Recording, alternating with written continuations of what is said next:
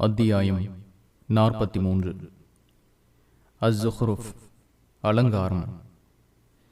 அளவற்ற அருளாளனும் நிகரற்ற அன்புடையோனுமாகிய அல்லாஹுவின் பெயரால். ஹாமீம். தெளிவான வேதத்தின் மீது சத்தியமாக, நீங்கள் விளங்குவதற்காக அரபு மொழியில் அமைந்த குர்ஆனாக இதை நாம் ஆக்கினோம்.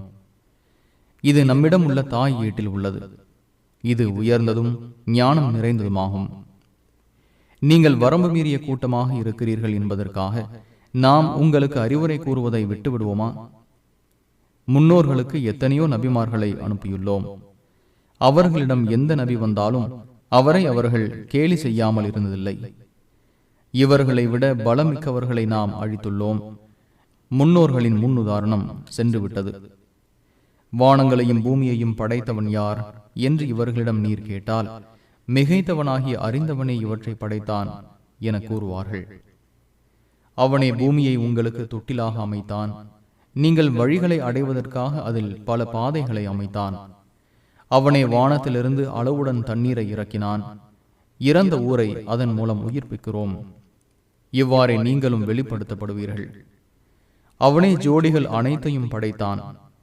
கப்பல்களிலும் கால்நடைகளிலும் நீங்கள் ஏறி பயணம் செய்வதையும் உங்களுக்காக ஏற்படுத்தினான். நீங்கள் அதன் முதுகுகளில் ஏறி செல்வதற்காகவும் ஏறும்போது உங்கள் இறைவனின் அருட்கொடையை நினைப்பதற்காகவும் எங்களுக்கு இவற்றை வசப்படுத்தி தந்தவன் தூயவன். நாங்கள் இதற்கு சக்தி பெற்றோராக இல்லை. நாங்கள் எங்கள் இறைவனிடமே திரும்பி செல்வோர் என்று நீங்கள் கூற வேண்டும் என்பதற்காகவும் அவற்றை வழங்கினான். அவர்கள் அவனது அடியார்களில் சிலரை அவனில் ஒரு பாதியாக ஆக்குகின்றனர். மனிதன் தெளிவான நன்றி கெட்டவன். அவன் படைத்தவற்றில் பெண் மக்களை தனக்கு அவன் ஏற்படுத்தி கொண்டு உங்களுக்கு ஆண் மக்களை தேர்வு செய்து விட்டானா? அளவற்ற அருளாளனுக்கு எதனை கற்பனை செய்தார்களோ அது குறித்து அவர்களில் ஒருவருக்கு நற்செய்தி கூறப்பட்டால் அவரது முகம் கருத்து விடுகிறது. அவர் கோபம் கொண்டவராகி விடுகிறார். அலங்காரம் செய்யப்பட்டும் வழக்கை தெளிவாக எடுத்து சொல்ல தெரியாமலும் உள்ளவற்றையா வணங்குகின்றனர்? அளவற்ற அருளாளனின் அடியார்களான வானவர்களை பெண்களாக அவர்கள் கற்பனை செய்துவிட்டனர். அவர்கள் படைக்கப்பட்டதை இவர்கள் பார்த்து கொண்டிருந்தார்களா? இவர்களது கூற்று பதிவு செய்யப்பட்டு விசாரிக்கப்படுவார்கள். அளவற்ற அருளாளன் நினைத்திருந்தால் அவர்களை நாங்கள் வணங்கி இருக்க மாட்டோம் என கூறுகின்றனர். இது பற்றி அவர்களுக்கு எந்த அறிவும் இல்லை. அவர்கள் கற்பனை செய்வோராகவே தவிர இல்லை. இதற்கு முன் அவர்களுக்கு ஏதேனும் ஒரு வேதத்தை நாம் கொடுத்தோமா? அதை அவர்கள் இதற்கு ஆதாரமாக பற்றி பிடித்துக் கொண்டார்களா? அவ்வாறில்லை. எங்கள் முன்னோர்களை ஒரு வழியில் நாங்கள் கண்டோம். நாங்கள் அவர்களின் அடிச்சுவடுகளில் நடப்பவர்கள் என்றே கூறுகின்றனர். இவ்வாறு எந்த ஊருக்கும் எச்சரிக்கை செய்பவரை நாம் அனுப்பும் போதெல்லாம், எங்கள் முன்னோர்களை ஒரு வழியில் நாங்கள் கண்டோம், நாங்கள் அவர்களின் அடிச்சுவடுகளை பின்பற்றுபவர்கள் என்று அவ்வூரில் சொகுசாய் வாழ்ந்தோர் கூறாமல் இருந்ததில்லை. உங்கள் முன்னோர்களை எதில் கண்டீர்களோ அதைவிட நேர் வழியை நான் கொண்டு வந்தாலுமா என எச்சரிக்கை செய்பவர் கேட்டார். எதனுடன் நீங்கள் அனுப்பப்பட்டுள்ளீர்களோ அதை நாங்கள் மறுப்பவர்களே என்று அவர்கள் கூறினர். எனவே அவர்களை தண்டித்தோம். பொய்யென கருதியோரின் முடிவு எவ்வாறு இருந்தது என்பதை கவனிப்பீராக. என்னை படைத்தவனை தவிர நீங்கள் வணங்குபவற்றை விட்டும் நான் விலகியவன். அவன் எனக்கு நேர் வழி காட்டுவான் என்று இப்ராஹிம் தமது தந்தையிடமும் தமது சமுதாயத்திடமும் கூறியதை நினைவூட்டுவீராக. இதையே அவரது வழித்தோன்றல்களிலும் நிலைத்திருக்கும் கொள்கையாக்கினான். இதனால் அவர்கள் திருந்தக்கூடும். அவ்வாறில்லை. உண்மையும் தெளிவுபடுத்தும் தூதரும் அவர்களிடம் வரும் வரை அவர்களையும் அவர்களின் முன்னோர்களையும் அனுபவிக்க செய்தேன். அவர்களிடம் உண்மை வந்தபோது இது சூனியம், இதை நாங்கள் மறுப்பவர்கள் என கூறினர். இவ்விரு ஊர்களில் உள்ள மகத்தான மனிதருக்கு இந்த குர்ஆன் அருளப்பட்டிருக்க கூடாதா என கூறுகின்றனர். உமது இறைவனின் அருட்கொடையை அவர்கள் தான் பங்கிடுகிறார்களா? இவ்வுலக வாழ்க்கையில் அவர்களின் வாழ்வாதாரத்தை நாமே பங்கிடுகிறோம். அவர்களில் ஒருவர் மற்றவரை பணியாளராக ஆக்குவதற்காக சிலரை விட சிலரின் தகுதிகளை உயர்த்தினோம். அவர்கள் திரட்டுவதை விட உமது இறைவனின் அருள் சிறந்தது. மக்கள் ஒரே சமுதாயமாக ஏக இறைவனை மறுப்போராக ஆகிவிடுவார்கள் என்று இல்லாவிட்டால், அளவற்ற அருளாளனை மறுப்போருக்கு அவர்களின் வீடுகளின் கூரைகளையும் அவர்கள் ஏறி செல்லும் படிகளையும் வெள்ளியாலும் தங்கத்தாலும் அமைத்து அவர்களின் வீடுகளுக்கு பல வாசல்களையும் அவர்கள் சாய்ந்து கொள்ளும் கட்டில்களையும் அவற்றில் அலங்காரத்தையும் அமைத்திருப்போம். இவை யாவும் இவ்வுலக வாழ்க்கையின் வசதியாகும். இறைவனை அஞ்சுவோருக்கு உமது இறைவனிடம் மறுமை இருக்கிறது. எவர் அளவற்ற அருளாளனின் அறிவுரையை புறக்கணிக்கிறாரோ அவருக்கு ஒரு ஷைத்தானை சாடுவோம், அவன் அவருக்கு தோழனாவான். அவர்கள் நல்வழியை விட்டும் மக்களை தடுக்கின்றனர், நாம் நேர்வழி பெற்றோர் எனவும் எண்ணுகின்றனர். முடிவில் அவன் நம்மிடம் வரும்போது, எனக்கும் உனக்கும் இடையே கிழக்கிற்கும் மேற்கிற்கும் இடைப்பட்ட தூரம் இருந்திருக்க கூடாதா, நீ கெட்ட தோழனாவாய் என்று அவன் ஷைத்தானிடம் கூறுவான். நீங்கள் அநீதி இழைத்ததால் இன்று உங்களுக்கு எதுவும் பயன் தராது, நீங்கள் வேதனையில் கூட்டாளிகள் என்று கூறப்படும். நீர் செவிடரை செவியேற்க செய்வீரா? குருடருக்கும் தெளிவான வழிகேட்டில் இருப்பவருக்கும் நீர் வழிகாட்டுவீரா? முஹம்மதே, நாம் உம்மை மரணிக்க செய்து கொண்டு சென்று விட்டால் அவர்களை நாம் தண்டிப்போம், அல்லது அவர்களுக்கு நாம் எச்சரித்தவற்றை உமக்கு காட்டுவோம். நாம் அவர்கள் மீது ஆற்றலுடையவர்கள். உமக்கு அறிவிக்கப்படுவதை பின்பற்றுவீராக, நீர் நேரான பாதையில் இருக்கிறீர். இது உமக்கும் உமது சமுதாயத்துக்கும் அறிவுரை, பின்னர் விசாரிக்கப்படுவீர்கள். அளவற்ற அருளாளனை தவிர வணங்கப்படும் கடவுள்களை நாம் ஆக்கியுள்ளோமா என்று உமக்கு முன் நாம் அனுப்பிய தூதர்களிடம் கேட்பீராக. நமது சான்றுகளுடன் மூசாவை ஃபிரௌனிடமும் அவனது சபையோரிடமும் அனுப்பினோம். நான் அகிலத்தின் இறைவனுடைய தூதர் என்று அவர் கூறினார். நமது சான்றுகளை அவர்களிடம் அவர் கொண்டு வந்தபோது அதை கண்டு அவர்கள் சிரித்தனர். எந்த சான்றை நாம் அவர்களுக்கு காட்டினாலும் அதற்கு முன் சென்றதை விட அது பெரியதாகவே இருந்தது. அவர்கள் திருந்துவதற்காக அவர்களை வேதனையால் பிடித்தோம்.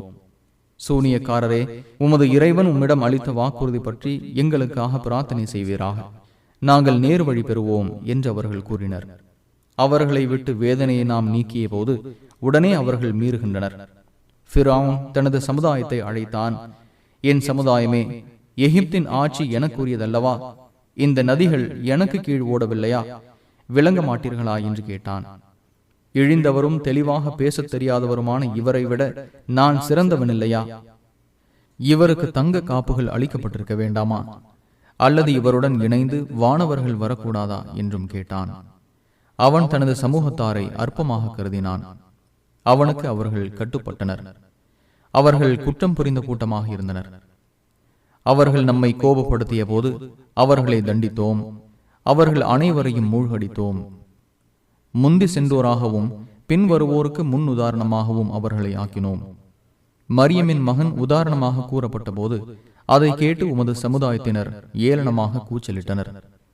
எங்கள் கடவுள்கள் சிறந்தவர்களா அல்லது அவரா என்று கேட்டனர். விதண்டாவாதம் செய்வதற்காகவே தவிர அவரை பற்றி அவர்கள் கூறவில்லை. இல்லை, அவர்கள் வீண் தர்க்கம் செய்வோரே. நாம் அருள் புரிந்த அடியாரை தவிர அவர் வேறில்லை. இஸ்ராயலின் மக்களுக்கு அவரை முன் உதாரணமாக ஆக்கினோம். நாம் நினைத்திருந்தால் உங்களுக்கு பகரமாக வானவர்களை இப்பூமியில் வழித்தோன்றர்களாக ஆக்கியிருப்போம். அவர் அந்த நேரத்தின் அடையாளமாவார், அதில் நீர் சந்தேகப்படாதீர். என்னையே பின்பற்றுங்கள், இதுவே நேரான வழி என கூறுவீராக. ஷைத்தான் உங்களை தடுத்து விட வேண்டாம், அவன் உங்களுக்கு பகிரங்க எதிரியாவான். ஈசா தெளிவான சான்றுகளை கொண்டு வந்த போது, ஞானத்தை உங்களிடம் கொண்டு வந்துள்ளேன், நீங்கள் முரண்பட்டதில் சிலவற்றை உங்களுக்கு தெளிவுபடுத்துவேன். எனவே அல்லாஹுவை அஞ்சுங்கள், எனக்கு கட்டுப்படுங்கள் என கூறினார். அல்லாஹுவை என் இறைவனும் உங்கள் இறைவனுமாவான், எனவே அவனையே வணங்குங்கள், இதுவே நேரான வழி என்றும் கூறினார். அவர்களிடையே பல்வேறு கூட்டத்தினர் முரண்பட்டனர். துன்புறுத்தும் நாளில் அநீதி இழைத்தோருக்கு வேதனை எனும் கேடு இருக்கிறது. அவர்கள் உணராத நிலையில் திடீரென அந்த நேரம் அவர்களிடம் வருவதை தவிர வேறு எதையும் அவர்கள் எதிர்பார்க்கிறார்களா? உற்ற நண்பர்களாக இருந்தோரில் இறைவனை அஞ்சி நமது வசனங்களை நம்பி முஸ்லிம்களாக இருந்தோரை தவிர மற்றவர்கள் அந்நாளில் ஒருவருக்கொருவர் பகைவர்களாக இருப்பார்கள். என் அடியார்களே, இன்று உங்களுக்கு எந்த பயமும் இல்லை, கவலைப்படவும் மாட்டீர்கள், மகிழ்விக்கப்படுவீர்கள். நீங்களும் உங்கள் மனைவியரும் சொர்க்கத்தில் நுழையுங்கள் என்று அவர்களுக்கு கூறப்படும். தங்க தட்டுகளும் கிண்ணங்களும் அவர்களிடம் கொண்டு வரப்படும். அதில் உள்ளங்கள் விரும்பியவையும் கண்கள் இன்புறக்கூடியவைகளும் இருக்கும். அதில் நீங்கள் நிரந்தரமாக இருப்பீர்கள். இதுவே நீங்கள் செய்து கொண்டிருந்தவற்றின் காரணமாக உங்களுக்கு உரிமையாக்கப்பட்ட சொர்க்கம். அதில் உங்களுக்கு ஏராளமான கனிகள் உள்ளன, அதிலிருந்து சாப்பிடுவீர்கள். குற்றவாளிகள் நரக வேதனையில் நிரந்தரமாக இருப்பார்கள். அவர்களை விட்டும் தண்டனை குறைக்கப்படாது. அதில் அவர்கள் நம்பிக்கை இழந்திருப்பார்கள். அவர்களுக்கு நாம் தீங்கு இழைக்கவில்லை, மாறாக அவர்களை தீங்கிழைத்தனர். நரக காவலரான மாலிக்கே, உமது இறைவன் எங்களுக்கு எதிராக மரணத்தை தீர்ப்பளிக்கட்டும் என கேட்பார்கள். நீங்கள் இங்கேயே இருப்பீர்கள் என்று அவர் கூறுவார். நாம் உங்களிடம் உண்மையை கொண்டு வந்தோம், எனினும் உங்களில் அதிகமானோர் உண்மையை வெறுப்பவர்கள். அவர்கள் ஏதோ ஒரு காரியத்தை திட்டமிட்டுள்ளார்களா? நாமும் திட்டமிடுவோம். அவர்களது ரகசியத்தையும் அதைவிட ரகசியத்தையும் நாம் செவியுறவில்லை என்று அவர்கள் நினைக்கிறார்களா? அவ்வாறில்லை. அவர்களிடம் உள்ள நமது தூதர்கள் பதிவு செய்கின்றனர். அளவற்ற அருளாளனுக்கு சந்ததி இருந்தால் அவரை நானே முதலில் வணங்குபவன் என்று கூறுவீராக. வானங்கள் மற்றும் பூமியின் இறைவனாகிய அர்ஷின் இறைவன் அவர்கள் கூறுவதை விட்டும் தூயவன். அவர்கள் எச்சரிக்கப்பட்ட நாளை அவர்கள் சந்திக்கும் வரை மூழ்கி விளையாடுமாறு அவர்களை விட்டு விடுவீராக. அவனே வானத்திலும் இறைவன், பூமியிலும் இறைவன். அவன் ஞானமிக்கவன், அறிந்தவன். வானங்கள், பூமி மற்றும் அவற்றுக்கு இடைப்பட்டவற்றின் அதிகாரத்துக்கு உரியவன், பாகியம் பொருந்தியவன். யுக முடிவு நேரம் பற்றிய அறிவு அவனிடமே உள்ளது. அவனிடமே நீங்கள் திரும்ப கொண்டு வரப்படுவீர்கள். அவனன்றி அவர்கள் பிரார்த்திப்போர் பரிந்துரைக்கு உரிமையாளர்களாக மாட்டார்கள், அறிந்து உண்மைக்கு சாட்சி கூறியோரை தவிர. அவர்களை படைத்தவன் யார் என்று அவர்களிடமே நீர் கேட்டால் அல்லாஹ் என்று கூறுவார்கள். எவ்வாறு திசை திருப்பப்படுகின்றனர்! என் இறைவா, அவர்கள் நம்பிக்கைக்குள்ளாத கூட்டமாக உள்ளனர் என்று அவர் கூறுவதை அறிவோம். அவர்களை அலட்சியப்படுத்துவீராக, சலாம் என கூறுவீராக. பின்னர் அவர்கள் அறிந்து கொள்வார்கள்.